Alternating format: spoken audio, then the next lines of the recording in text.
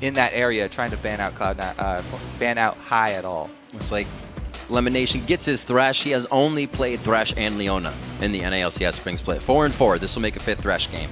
Let's see how he goes. He's 4-0 on Thresh right now. This will be a good pick so far. XDG to answer. And the Elise has been banned out. A lot of teams have kind of been leaving that to Zuna, saying, you know, pick this. We know we can shut you down on it. But nobody gets it this time. XDG does not want to let Meteos grab that because they know that he will jump right on that pick, one of his favorite champions coming out of the jungle. And they want to get that one off the table.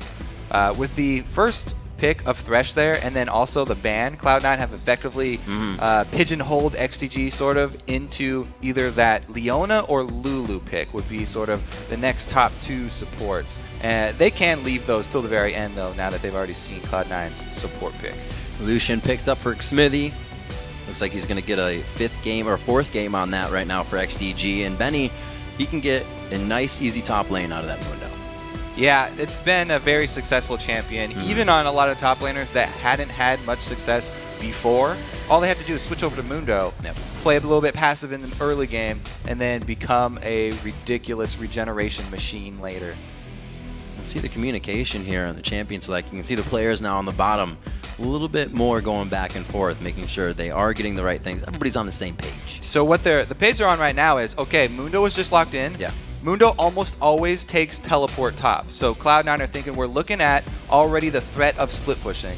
What are we going to do towards that end game if we do get to a scenario where Mundo is extremely strong and he is probably going to run teleport? We need an answer for that. What do you want? Is that Siege answer? What do you actually want? Could it be 2 things? Yeah, it could be that, or it could be we need a better split pusher, or we need something like someone who can beat him.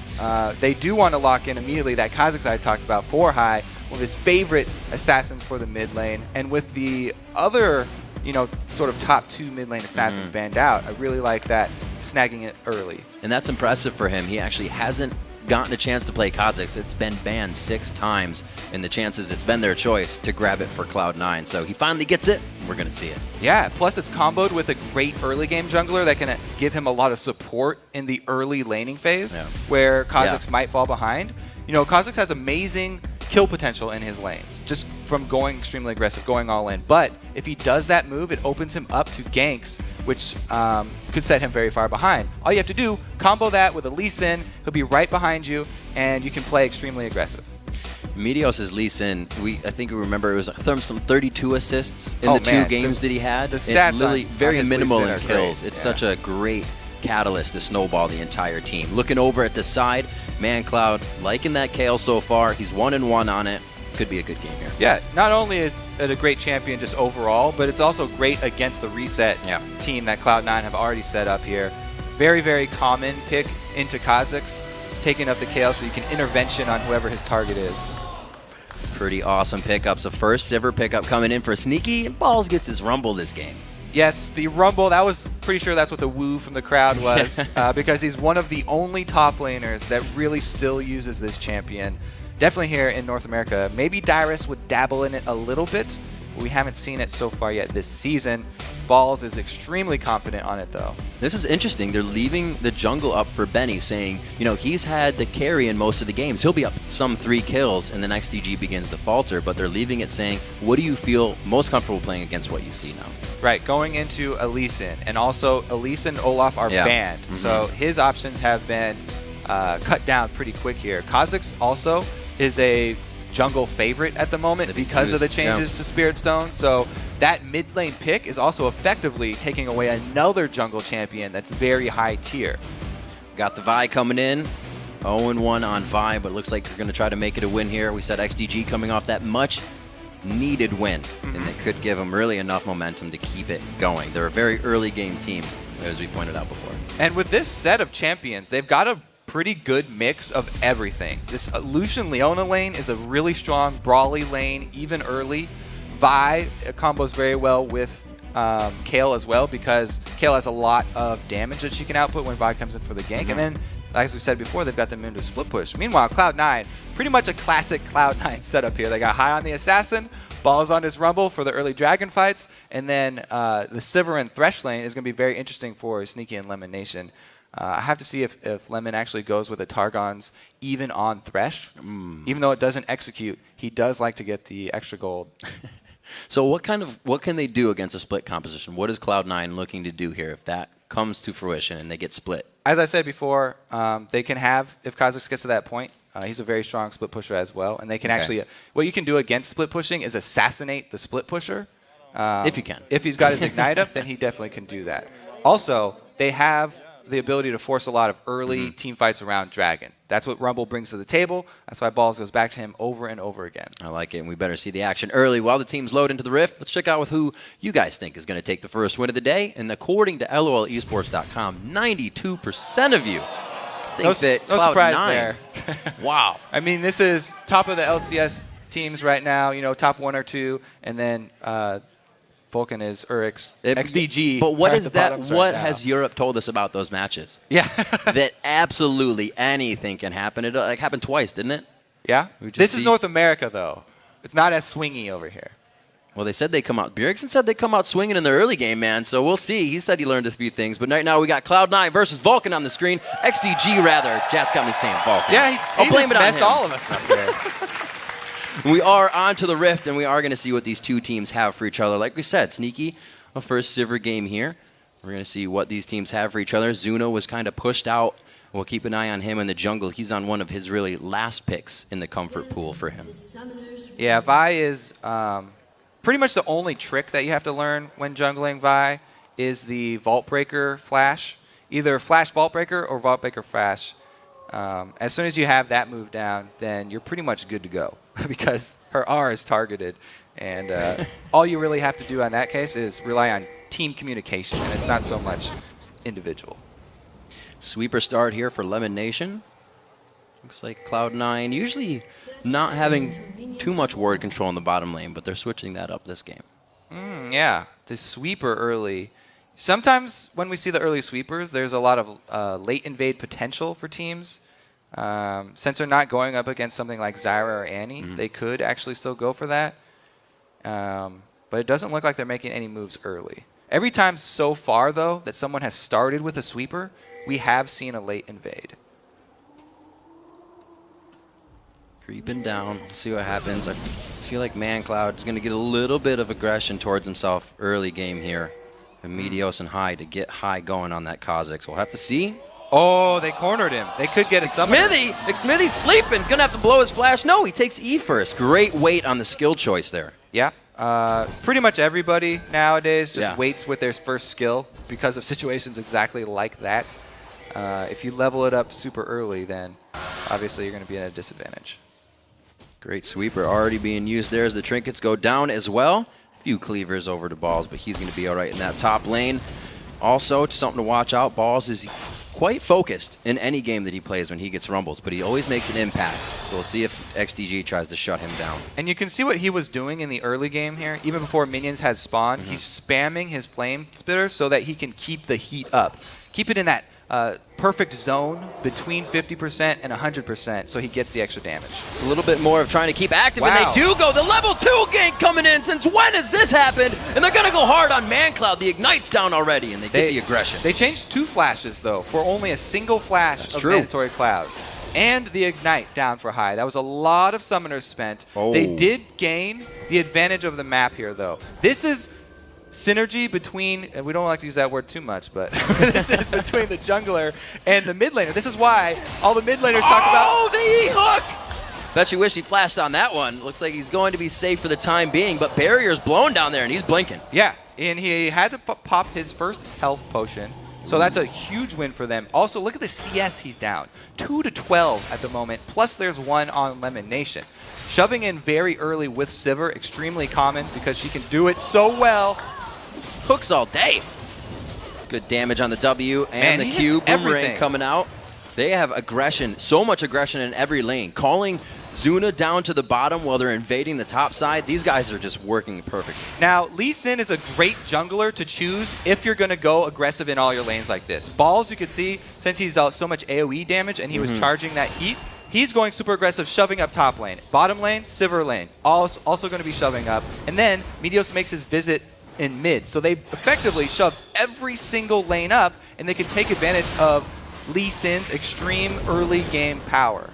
Looks like they may be trying to get a counter in mid here. Azuna just waiting. Baited Breath sitting on the heels of ManCloud. You see ManCloud just forcing that wave into the turret, trying to choke out High so he can't get anywhere.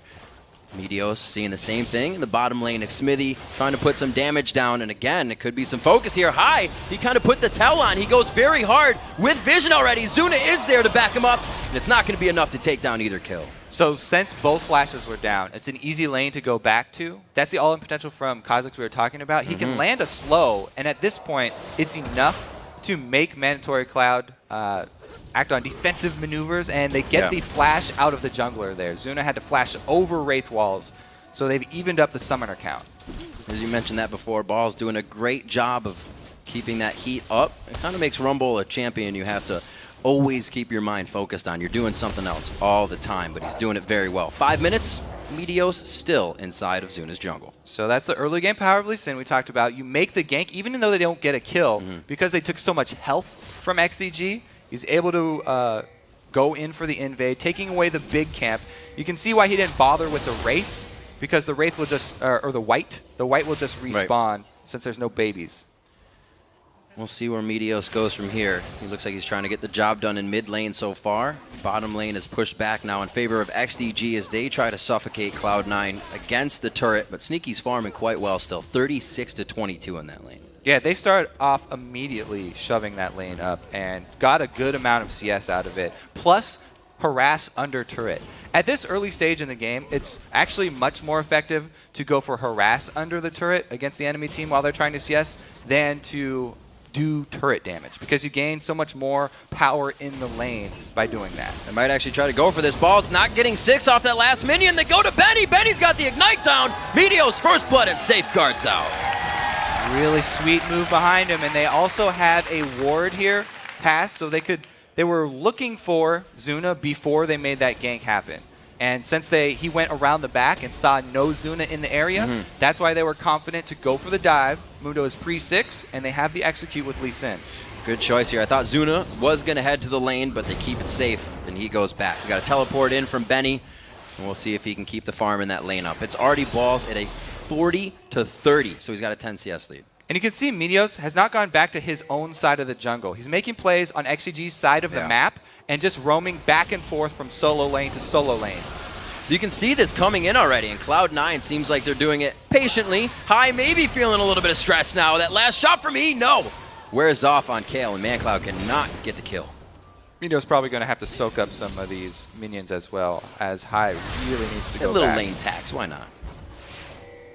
It's very dangerous to lane tax against a champion like Kale. A lot of mid champions are going to have a huge advantage over junglers in the early game just because of the range. So you have to be careful not to lose too much health.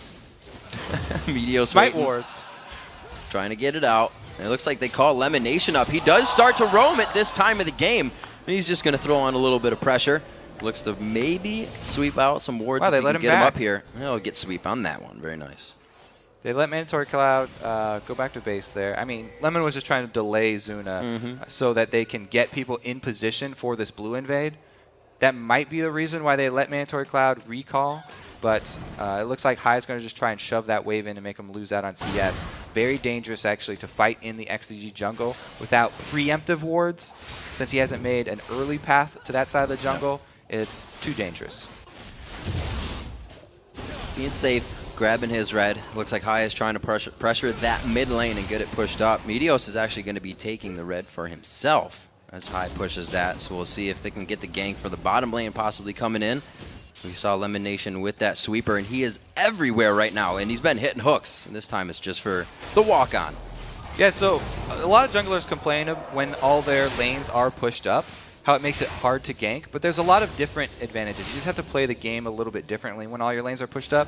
Take advantage of invades at that point, and take advantage of letting your support roam, because your AD carry is able to wave clear so easily.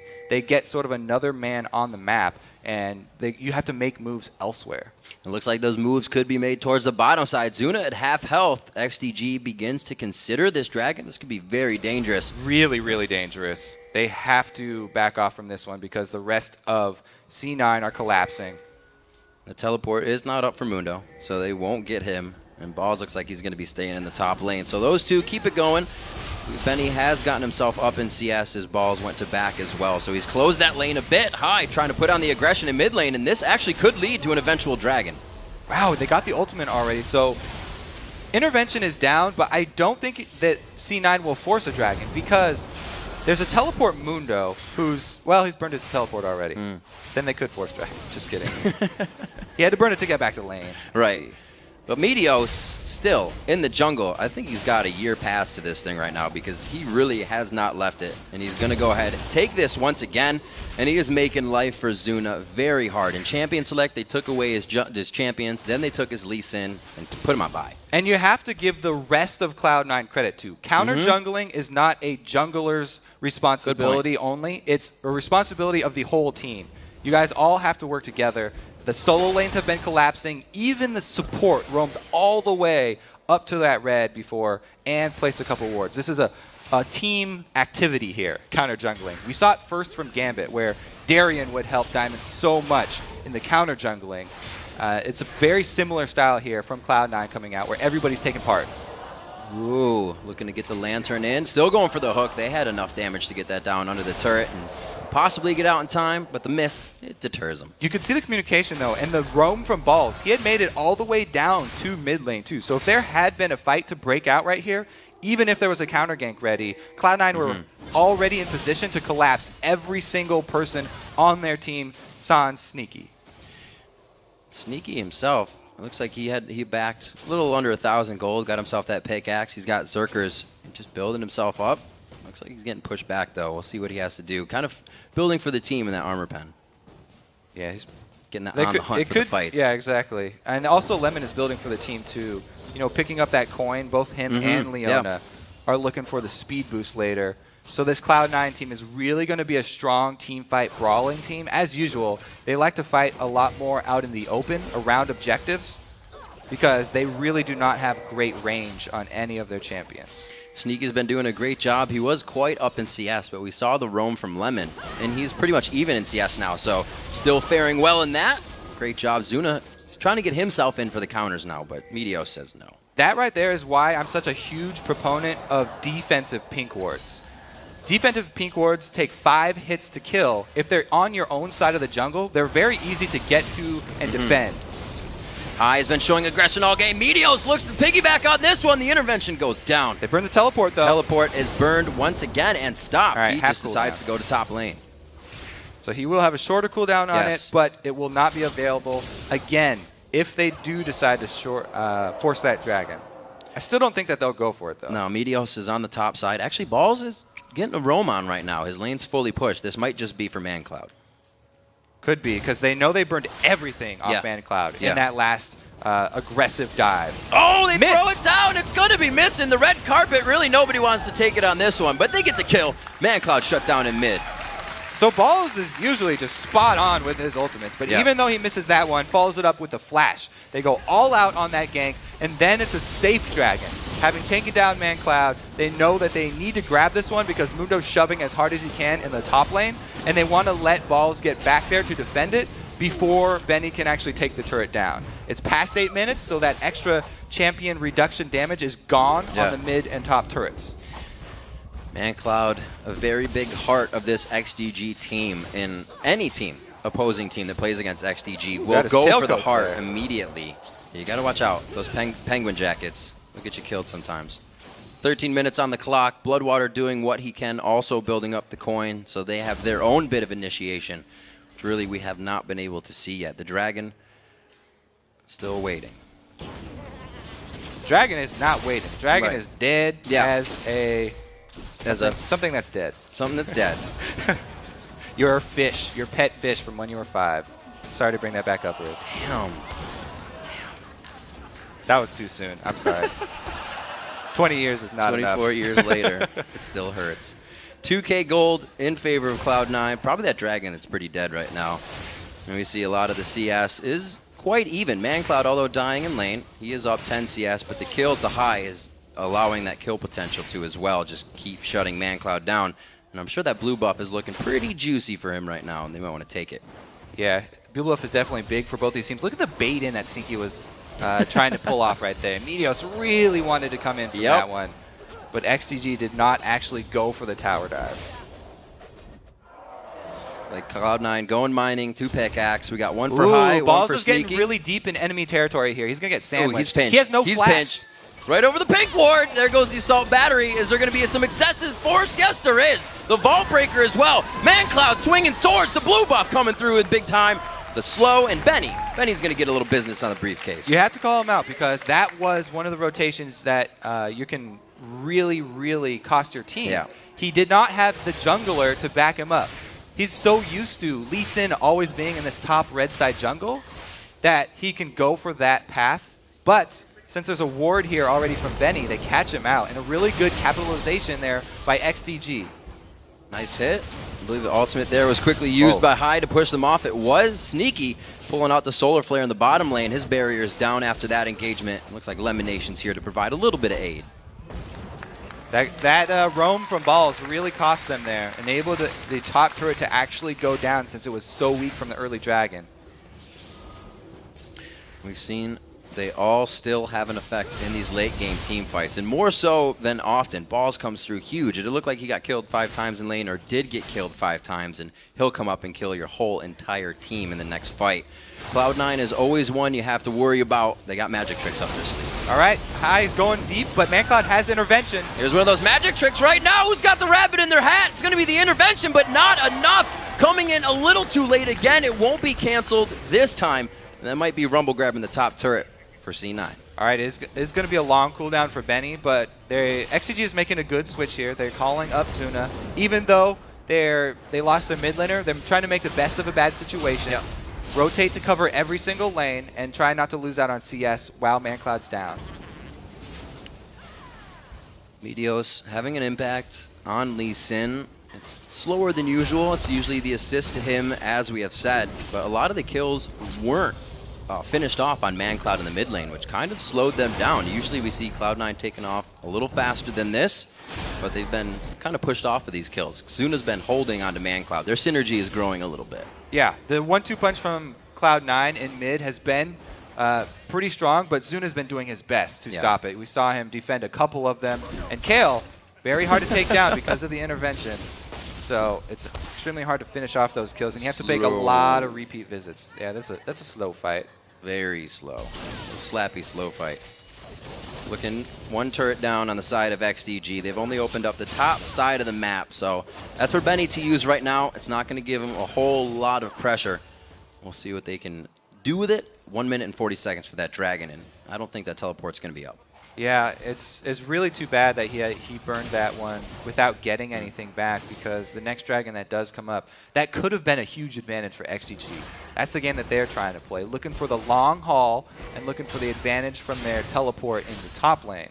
Because it's burned, though, he's just going to have to ward up deep in that blue side jungle, and if Cloud9 go for another dragon, then he's going to try and pressure the secondary turret there. And they can even call for blue steals, which is really strong against the Kazakhs. Or on the hunt, they lock it down. Bloodwater tries to throw it on the shield. He goes for the fade away. Solari, oh my gosh, that's Smithy going down. A great grab in the death sentence. Very nice try on the solar flare. 2 kills, though, coming up for Sneaky on Sivir. And XDG answer mid. They're making the call to try and shove down 2 turrets here. This is going to be big. But it's not stopped by Cloud9 either, Kobe. They are going for that bottom lane quite hard. They do have Sivir. It's not Xmithy in the mid lane, but they have ManCloud. They're able to drop down these turrets quite easy. Yeah, they get the second one down there. That's a really, really big point of control for them now. They have so much control of the blue side jungle, they can actually set up that blue steal I was prepping. Now, this 3-man squad from C9 might have a tricky time getting out because XDG are heading them off.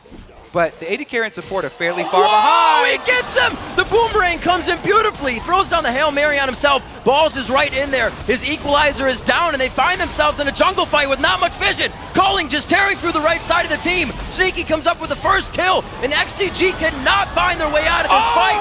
A double kill coming in for High, and I think they're going to end it on that one. High with the double hop out there to escape. He goes all the way to the back line after intervention wears off to take down ManCloud, and his team prepped up the second kill for him so he could get the reset. Turns it into a dragon. That's a huge swing for Cloud9. Benny getting a little antsy. He wanted to get a few more attacks in. They do put down a pink ward, but it's a little too late. Let's see what happened here. So this was actually prepped. Cloud9 follow the 3-man squad of XDG and cut them off. What a beautiful hook from Lemonation to start this off. And then, since Cloud9 just all go aggressive at the same time here, they get the early advantage in the fight. And XDG trying to answer. There's the high jumping into the back. On the bottom screen there, get Bloodwater low enough for the second kill. And High gets to escape easily. He was just level 11. Using the vision of that fight perfectly. And like you said, Bloodwater did a great job there. He was peeling 3, but the assassination of High is very strong right now from the early game help that Meteos gave him. Right. So that whole series of events was really prepped by Balls following very close on XGG after they retreated from the turret. Better be following close now. Man. Bloodwater on the backside. Oh, are you going to leave Syndrome? Do it! Everybody wants you to. He's not going to hit it. It wears off. They get Bloodwater, though. That is a death sentence. The Hail Mary coming in from Kale. And it looks like they save one. Oh, he goes for the second one, but he gets knocked up. A great Vault Breaker pops him, but the dirt damage is being aggroed separately across Cloud9 champions. Somehow they're all still alive, and they're not even losing that much health. No, they don't go for another kill. Everybody calm down. High's still alive. He's so close. No, I got him. Where's he coming from? He teleports into the backside. Benny's already in the fight. Sadum is on. What? Lemonation coming up with the flay damage and the kill onto Smithy. They get the boomerang, but it's Meteos coming up with the kill. Shut down onto Benny. Having sort of flashbacks to Worlds here where SKT goes straight up the mid. They just get kill after kill after kill. But man, all right, we started off with a hook from Lemonation as usual. And Sneaky able to follow it up with great harass. As soon as High sees these low health bars, he goes right in for it. Beautiful flash from Bloodwater to get out of the way there. And another hook from Lemonation right there. The play as well. They're able to chase down 2, 3, and a third hook from Lemonation. They don't go for the kill, though, because of Benny teleporting in the back. He was able to finish off High. And then they turn it around with Balls with the roam and a fourth hook from Lemonation landing in a fight. Kobe, there's a reason he has had 4 games on Thresh, and he has 4 wins on Thresh. Lemonation pulling out big plays for his team, bringing the exhaust as well for these fights to make sure that there isn't anybody getting zeroed out. So they even have countermeasures to the attacks. That was a pretty good series of events for Cloud9. They got 2 of the mid turrets after that. So they were able to answer the first play that XGG made, and now they've equaled out the map control here, and they've actually even surpassed XDG because they can invade both sides. Well, XDG has split the middle of the map wide open here, as well as Cloud9. We'll see if they use that to get into the buffs. They use that for this vision. We already see a lot more sweepers coming out for Cloud9, so they're going to control the map no matter what. They definitely want to press their advantage, but High gets caught. That's the kill they want. Where's the follow-up, though? They both turn away from that, not knowing where the rest of the team is. This is not having that vision. Oh, right on to High in the back line. A great job by Zuna, but is he too far? Benny trying to walk off on the red carpet, and Balls is going to give him a welcome home here. It doesn't let him go anywhere. Benny stays in, but he's still alive for some time now. Going down with ManCloud at the same time. Those guys, they go down as brothers. Yeah, chasing that deep there, XCG have to have everyone on the retreat after they kill High, and losing 2 more members means that Cloud9 can actually knock at the inhibitor turret doors. Meteos' build went from that ancient Spirit of the Golem into the Giant's Belt into the Moby Boots, things he can initiate for his team with and make things like this happen. So I talked about in the early game how Cloud9 really likes to have the early game upper hand, but they've also built for this mid-game push. You can see Sivir going with the Last Whisper plus Bloodthirster build first, very early. Yeah. That's amazing wave clear as well as turret damage. So they're really hitting their power spikes very hard at this time in the game. That's why they're looking so dominant. They have Balls with his number 1 and 2 item combo, and then the same thing with Sneaky here. They're really, really hitting the peak right now, and they need to make the most of it. One inhibitor down is huge. It was interesting the way Sneaky bought everything as well. He didn't change the longsword into a scepter right away. He had the pickaxe, and then he had the BF sword. It was like only damage. If it doesn't work on, the money doesn't equal damage, I'm not going to buy it right now. Exactly. Want as much output as he can get, because once they catch somebody, they pop on the hunt, and they don't let anyone get away. XCG try and save some members that get caught, only makes more people go down in the end. It's one of the biggest boys on your team right now, XDG, and he is taking quite a bit of damage from the Assassinator. That is high onto Kha'Zix. Benny getting seen again. What that tells them, though, is their jungle is completely warded. And here, the sweepers are coming into play for Cloud9. As we said, they want to press this advantage that they have since this is such a huge spike for them. And they're trying to get much more control than just that mid inhibitor down. Well, we got the Hex Drinker.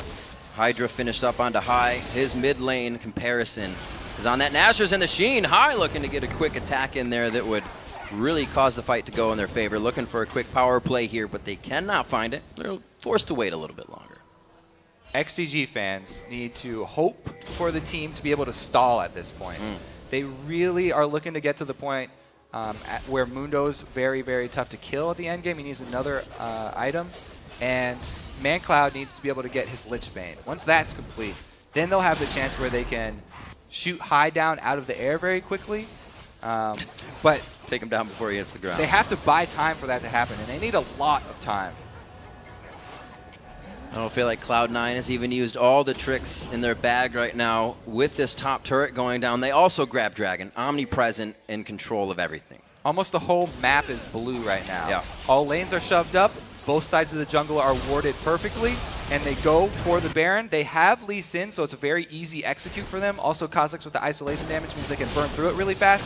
And XDG have to be very careful about checking this. This is where Scrying Orb would come into play. They're walking right through everything. We see the Baron go down. There's the hook from Lemon Nation. He just hits that one to increase the amount that he's hit. Percentage, yeah, absolutely. Hit percent for Lemon off the charts. Kobe, that gold, 47,000 to, we'll say 35,000. Still an astronomical lead to have at 25 minutes. And XDG is going to need a miracle at this point. They really do. As we said, stalling, they're going to have to stall for a very, very long time if they want to draw this one back to even playing ground.